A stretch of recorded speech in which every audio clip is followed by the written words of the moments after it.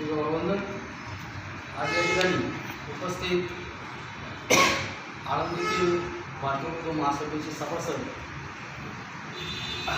उपासक आणि तहसीलदार यांना सर्वप्रथम जय भीम. भारतीय बौद्ध महासभेच्या प्रोटोकॉलनुसार आज या ठिकाणी वर्षावासाची जी प्रवचन मालिका आहे त्याचा आज दुसरं पुष्प आणि आज ही जो विषय होता विशुद्धी मार्ग, भगवान बुद्धांचे पहिले प्रवचन आणि विशुद्धी मार्ग हा विषय आज मला दिलेला आहे. परंतु काही कारणास्तव माझ्या घरच्या कारणास्तव थोडंसं माझं या गोष्टीला दुर्लक्ष झालेलं होतं आणि मी मध्यंतरी कार्यक्रमाला उपस्थित राहिलेलो नव्हतो. काल रात्री संदीप रणवे अध्यक्षांचं माझं बोलणं झालं. तर म्हणजे ठराविक काय असेल ते 2-4 शब्द जे माहिती असेल ते द्या, कारण आजचा जो दिवस आहे सुरुवात होणार आहे आपल्या बाहेरची. ठीक आहे म्हटलं. तर सर्वप्रथम दिलगिरी व्यक्त का करतो की मला या कार्यक्रमासाठी उपस्थित राहता आलं नव्हतं आणि थोडं माझं या ठिकाणी दुर्लक्ष झालं. परंतु जेवढं काही माहिती असेल तेवढं मांडण्याचा प्रयत्न करतो आणि आशा करतो की जरी काय याच्यामध्ये थोडीफार चूक बदल झाली तर समजून घ्यावं एवढी विनंती करतो. भगवान गौतम बुद्धांनी जो आपल्याला धम्म दिलेला आहे त्या धम्मामध्ये आपल्याला पंचशील दिलेले आहे. प्राणी हत्या न करणे, खोटे न बोलणे, चोरी न करणे, व्यभिचार न करणे, मादक पदार्थ सेवन न करणे, ही जी मूलभूत शिलं जी दिलेली आहेत आपल्याला, तर त्या शिलाचं आचरण करणे आणि त्यानुसार माणसाने आपलं जीवन जगणे हाच एक तुम्हाला सांगतो याचा मार्ग आहे, विशुद्धी मार्गाचा विषय. तर मी आज अधिक न बोलता थोडक्यातच तुम्हाला या ठिकाणी जो विषय होता पंचशीलाचा तेवढा मांडलेला आहे. कारण मला सविस्तर या बाबतीत बोलायचं झालं तर 2 आठवड्यानंतर रविवार किंवा गुरुवार एखादा ठरवून त्याविषयी मी तुम्हाला म्हणजे परफेक्ट अर्धा 1 तासाचं तरी माहिती देऊ शकतो. पण आज थोडंसं गायगडबड असल्यामुळे मी थोडक्यात या ठिकाणी तुम्हाला विचार मांडायचे म्हणून मांडतो. आणि आज या ठिकाणी आळंदी शहर शाखेच्या वतीने या ठिकाणी मला बोलण्याची संधी दिली त्याबद्दल मी आपल्या सगळ्यांचे या ठिकाणी आभार मानतो आणि हा माझा आता थोडक्यात विषय संपतो. जय भीम.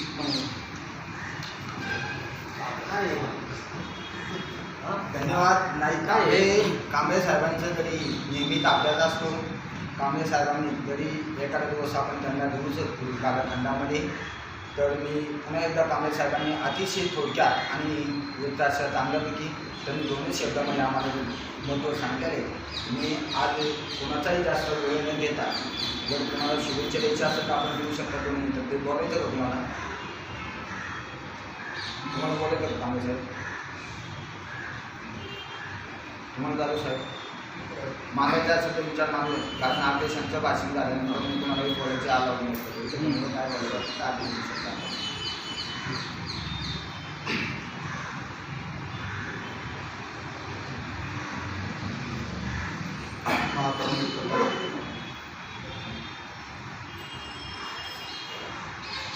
महाकारुणिक प्रकल्प गौतम बुद्ध डॉक्टर बाबासाहेब आंबेडकर यांना वंदन करून मी आज एक 4 शब्द बोलणार. तर आपली हे आता दुसरं पोल आहे. तर हे मला याच्याबद्दल जास्त ते नव्हतं, तरी पण मी आता म्हणलं दुसऱ्या पोलाला जाऊन आपण एक प्रवचन कशा प्रकारे दिले जातं वगैरे बघण्यासाठी आलो. तरी आपल्याला डॉक्टर बाबासाहेबांना एवढ्या आपल्या भारत देशामध्ये अनेक प्रकारचे वेगवेगळ्या जाती धर्माचे लोक राहतात, धर्म आहेत, तरी पण बाबासाहेबांनी बौद्ध धर्म का स्वीकारला? कारण त्या बौद्ध धर्मामध्ये प्रत्येक माणसाला माणूस म्हणून जगण्याची मुभा त्या धर्मामध्ये दिली. त्याच्यामुळे बाबासाहेबांना अनेक लोकांकडून हे होतं ऑफर होता की या धर्मात आपण बाबासाहेबांनी नाकारलं. कारण बौद्ध धर्म असा आहे तिथं जातीभेद, काळा गोरा असं कोणताही धर्म म्हणजे हे केलं जात नाही, भेदभाव केला जात नाही. त्याच्यामुळे त्यांनी हा धर्म स्वीकारला आणि आपले लोक थोडे सुशिक्षित झाले तरी पण आणखी ज्या प्रकारे त्यांना पुढे येऊन आपल्या धर्माचा प्रचार करायला पाहिजे तो केला जात नाही, हे जरा खंत वाटते. थोडे सुशिक्षित आहेत, अडाणी आहेत, तरी पण माणसाला धर्माबद्दल आंबेडकराबद्दल फक्त आहे पण ते पुढं आणलं जात नाही. त्याच्याबद्दल एक मला हे वाटतं की सर्वांना येऊन प्रत्येक घरात एक माणूस आला आणि पुढच्या पिढीला सांगितलं डॉक्टर बाबासाहेब काय आहेत, गौतम बुद्ध काय आहेत, तर पुढच्या पिढीला कळलं ना पण त्यांना लहान मुलांना काहीच नाही माहीत, फक्त जयंती 6 डिसेंबर एवढंच माहीत आहे. बाकी काय सर्व विसरून जातात, आपल्या कामात बिझी राहतात. कुठं पण टाईमपास करणार पण इथं बुद्धविहारामध्ये वगैरे येत नाही. त्याच्याबद्दल खंत वाटली. तरी एक आता सुरुवात तुम्ही रणवीर साहेबांनी चांगली केलेली आहे आणि असेच माणसं येऊन आपल्या धर्माचा वगैरे प्रचार करणं जरुरीचं आहे. एवढंच बोलून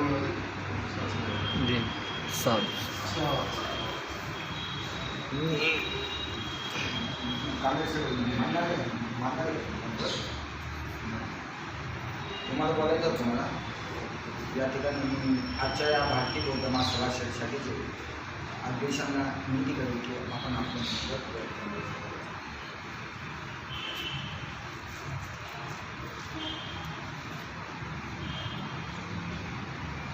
विश्वाला शांततेचा मार्ग दाखवणार भगवान श्रीनं सांगितलं त्याचप्रमाणे भारतीय राज्यघटने शिल्पकार वैद्यशास्त्री परमपूज्य या आपल्या मातृसंस्थेचे संस्थापक डॉक्टर बाबासाहेब आंबेडकर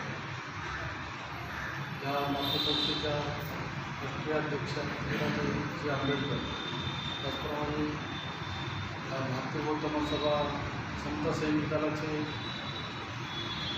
अध्यक्ष आदरणीय भीमरावजी आंबेडकर या सर्वांना माझा पंचांग प्रणाम.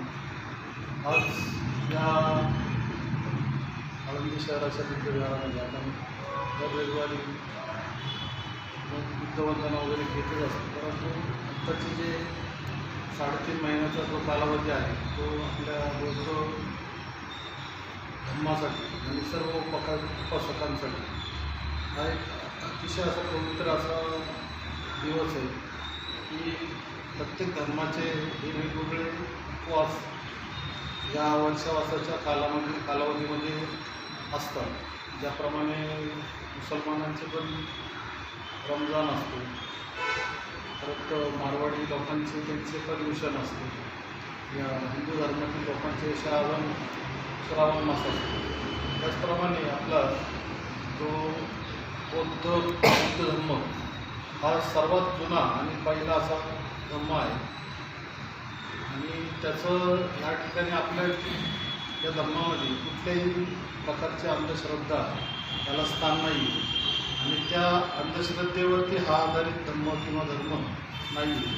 त्यामुळे बुद्धांनी आपल्याला पहिल्यापासून विज्ञानवादी या धर्माची आपल्याला शिकवण दिलेली आणि तोच धर्म आपल्याला बाबासाहेबांनी आपल्याला सद्धर्म दिलेला आहे आणि त्यामुळे आपण या धर्माचं आचरण करत असताना या 3.5 महिन्याच्या कालावधीमध्ये त्याचं कारण असं आहे की ज्यावेळेस भगवान बुद्धांच्या काळामध्ये जे आपले भगवान बुद्धांनी पहिल्यांदा आपले जे 5 भिक्खू होते, शिष्य होते, त्यांनी पहिली धर्मोपदेशना दिली आणि ते पहिलं धर्मचक्र त्यांनी फिरवलं आणि त्याच्यानंतरनं तेच पुढे जाऊन सम्राट अशोकांनी पण हे केलं. त्याचं धर्मचक्र म्हणजे मोठी एक सम्राट अशोक हा मोठा एवढा राजा आणि त्यांनी चक्रवर्ती होता, परंतु त्यांनी एवढे तत्तरी केल्या आणि त्याच्यातून त्याला ज्यावेळेस भगवान बुद्धांनी उपदेश दिला त्यानंतर मग ते त्यांच्यावरती एवढा प्रभाव आला की त्यांनी बुद्ध धर्म स्वीकारला आणि मग तो बुद्ध धर्म स्वीकारल्यानंतरनं त्यांनी जी क्रांती केली ती एक दुसरं धर्मचक्र आपल्या या ठिकाणी हे सर्व लोकांना त्यावेळेस पूर्ण देशच जवळजवळ हा बौद्ध होता आणि त्यानंतरनं बऱ्याच कालखंडानंतर या काही हे आर्य हे खैबर खंडीतून या ठिकाणी आले आणि त्यांनी बऱ्याच आपला जो बुद्ध धर्म होता तो इथून नाश करण्याचं काम त्यांनी या ठिकाणी जेवढे काही बौद्ध जे काय आपलं बौद्ध उपासक सर्व होते त्यांच्या तत्तनी केल्या आणि जास्तीत जास्त हे करून त्यांना पळून लावलं किंवा त्यांना मारून टाकलं. त्या ह्याच्यातून मग बुद्ध धर्म त्यावेळेस लोक पावला होता. त्यानंतर बऱ्याच कालखंडानंतर डॉक्टर बाबासाहेब आंबेडकरांनी 14 ऑक्टोबर 1956 रोजी नागपूर या ठिकाणी बुद्ध धर्माची आपल्याला दीक्षा दिली आणि त्या दीक्षेच्या नंतरनं आपल्याला माणूस म्हणून या भारतभूमीमध्ये आपल्याला मानाचं स्थान हे त्यांच्या माध्यमातून आपल्याला जनावरातून माणसामध्ये आणण्याचं काम हे बाबासाहेबांनी आपल्याला जो बुद्ध धर्म देऊन केलेलं आहे आणि त्याचं आचरण आपण या 3.5 महिन्यामध्ये करायचं आहे. आणि त्या अनुषंगाने भगवान बुद्धांनी त्यावेळेस म्हणजे त्यांच्या काळामध्ये ज्यावेळेस आपला धम्मदेशना किंवा धम्मप्रचार करण्यासाठी आपल्या पूर्ण भारतभर ते फिरत असताना बऱ्याच ठिकाणी म्हणजे जे वर्षावासाच्या काळामध्ये ज्यावेळेस बुद्ध भंतेला ते भिजायचे त्यांना चिवल हे एकच असायचे आणि ते बदलण्यासाठी पण त्यांच्याकडे कपडे नसायचे आणि त्याच्यातून ते बोलले की अशा प्रकारे होऊन ते आजारी पडायचे आणि काही वेळेस बराचसा गतप्राण पण व्हायचे. त्याचबरोबर दुसरं म्हणजे असं की त्यावेळेस पेरणी केलेली असायची आणि पेरणी केलेलं असताना बऱ्याचशा पिकांचं यायचं त्याचं नुकसान व्हायचं. त्या या सर्व गोष्टींचा त्यांनी म्हणजे या सर्व गोष्टीला एक विज्ञानवादी असा विचार आहे आणि त्या अनुषंगाने बुद्धांनी म्हणजे असं त्यांना उपदेश केला की तुम्ही इथून पुढचं जे धम्मदेशना किंवा धम्मोपदेश जो करायचा आहे लोकांना तर तो एकाच ठिकाणी थांबवून तुम्ही त्या ठिकाणी तो द्यायचा आहे आणि तेव्हापासून ती वर्षावासाची जी सुरुवात आहे ती सुरुवात झालेली आहे आणि त्या पद्धतीने आपण आता जे काय आपल्याला धम्मोपदेश आता कांबळे साहेबांचा आजचा विषय होता त्यांनी अगदीच एकदम थोडक्यातच फारच एकदम हे करून टाकलं. निदान किमान एक 5 मिनटाचं काय आहे ना त्याच्या थोडासा त्यांनी सारांश काय आहे ना बोलायला पाहिजे होतं परंतु असू द्या त्यांनी सांगितले म्हणण्याप्रमाणे आपण पुढच्या वेळेस त्यांचं नक्कीच ते आपले विचार मांडतील अशी आशा करू. थोडं बोलतो वेळ जगात